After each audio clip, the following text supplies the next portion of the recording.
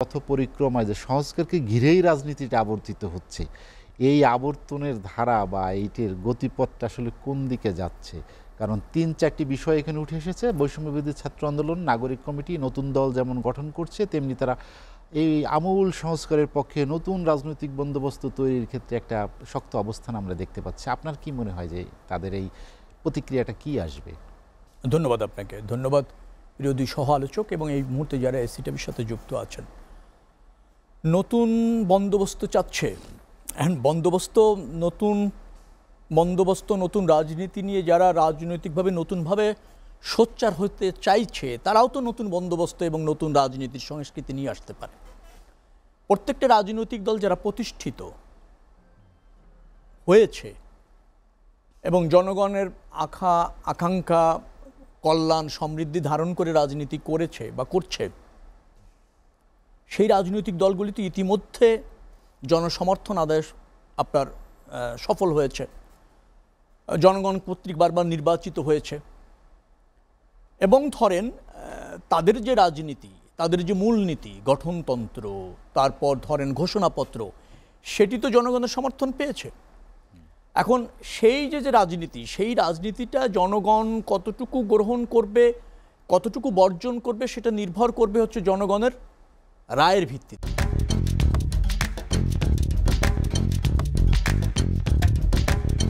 এখন বিএনপির একটা মূলনীতি আছে, একটা ঘোষণাপত্র আছে, একটা গঠনতন্ত্র আছে, নিশ্চয়ই গণ অধিকার পরিষদেরও আছে, নিশ্চয়ই অন্য রাজনৈতিক দলের আছে, এবং আমি বলি জামাত ইসলামেরও আছে।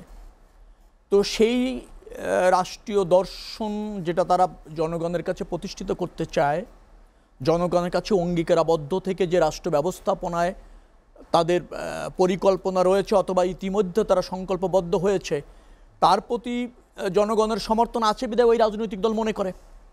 এখন আপনি যদি বলেন যে আমাদের এখন বৈষম্য বিরোধী ছাত্ররা বলছে একটা নতুন বন্দোবস্ত হতে হবে, রাজনৈতিক সংস্কারে পরিবর্তন হতে হবে, এই পরিবর্তনটা তারা আনুক, তারা একটা রাজনৈতিক দল গঠন করুক, তারপর জনগণের কাছে তাদের কি করণীয় এবং তারা জনগণের জন্য কি করতে চায় সেই দর্শন নিয়ে যখন আসবে, তখন জনগণই সেটার সাথে সমর্থন হলে তাদেরকে নির্বাচিত করবে, তাদের প্রতি সমর্থন পুনর্ব্যক্ত করবে। রাজনীতি কিভাবে চলবে, রাষ্ট্র ব্যবস্থাপনা কিভাবে চলবে, সেটা তো জনগণ ঠিক করবে।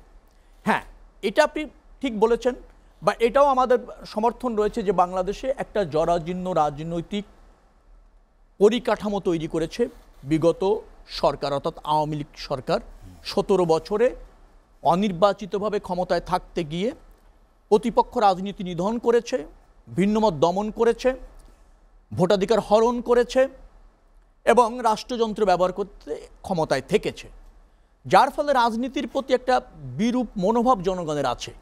কিন্তু আওয়ামী লীগ আদর্শচ্যুত হয়ে ফ্যাসিবাদ কায়েম করেছে বিধায় অন্য রাজনৈতিক দলগুলিও ব্যর্থ হয়েছে, এভাবে ভাবার কোনো সুযোগ নেই। আওয়ামী দর্শনের পতন হয়েছে এবং নিকৃষ্টতম পতন হয়েছে, এবং ধরেন আওয়ামী লীগের রাজনীতিটা চ্যালেঞ্জ এবং কঠিন হয়েছে, নিষিদ্ধ হতে চলেছে, জনগণ তাদেরকে বর্জন করেছে এবং বর্জন করেনি, তাদের পতন নিশ্চিত করতে হয়েছে, এবং সেই রাজনৈতিক দর্শনের রাজনীতি থাকবে কিনা সেটা চ্যালেঞ্জের মুখে।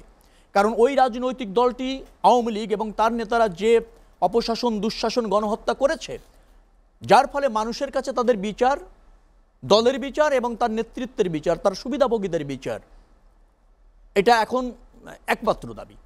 কিন্তু তার মানে সব রাজনৈতিক দর্শনের পরিবর্তন করতে হবে, এবং কিছু মুষ্টিমেয় মানুষ পরিবর্তন আশা করে বিদায় 18 কোটি মানুষ সেই পরিবর্তনটাকে নিশ্চিত চায়, এভাবে ভাবার কোনো সুযোগ নেই।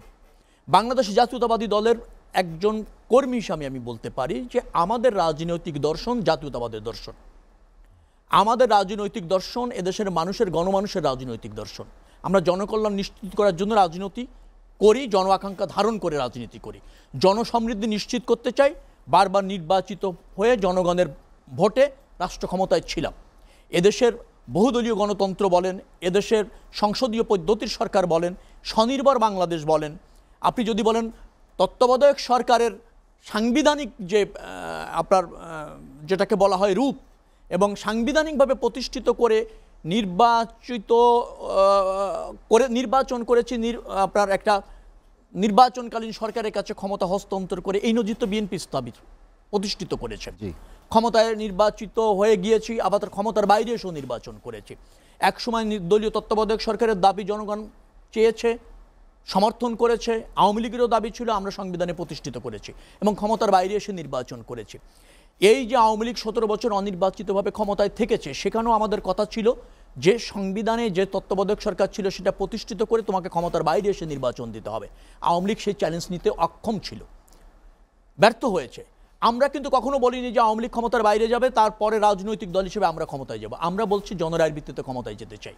এবং আপনি দেখবেন যে 11 দফা 31 দফা যে অঙ্গীকার আমরা করেছি, সেটাও কিন্তু একটা নির্বাচনকালীন সরকারের অধীনে নির্বাচন হবে, যেটা নির্দলীয়। সে অঙ্গীকার আমাদের আছে। সংসদটা কার্যকর হবে। আপনি সেই জায়গায়, আমি অনেক 31 দফায় এই অল্প সময় আমি বলবো না, আপনি নিশ্চিতভাবে দেখবেন যে রাষ্ট্র ব্যবস্থাপনায় সংস্কারের কথা বলেছি, সংবিধানে সংস্কারের কথা বলেছি, রাজনৈতিক দলের মধ্যেও কারেকশনের কথা আমরা বলেছি। অর্থাৎ পরিপূর্ণ সংস্কার যদি বলেন, রাজনৈতিক সংস্কার, রাষ্ট্র ব্যবস্থাপনায় সংস্কার, সেটা আমাদের 31 দফা দাবির মধ্যে আছে। এখন বৈষম্য বিরোধী ছাত্রদের অনেকেই নতুন বন্দোবস্ত চাচ্ছে, তো সেই বন্দোবস্ত নিয়ে তো আপনাকে জনগণের কাছে যেতে হবে। আর সেই বন্দোবস্তটা কি, তারা এখনো পর্যন্ত সেটা বলতেও সক্ষম হয়নি।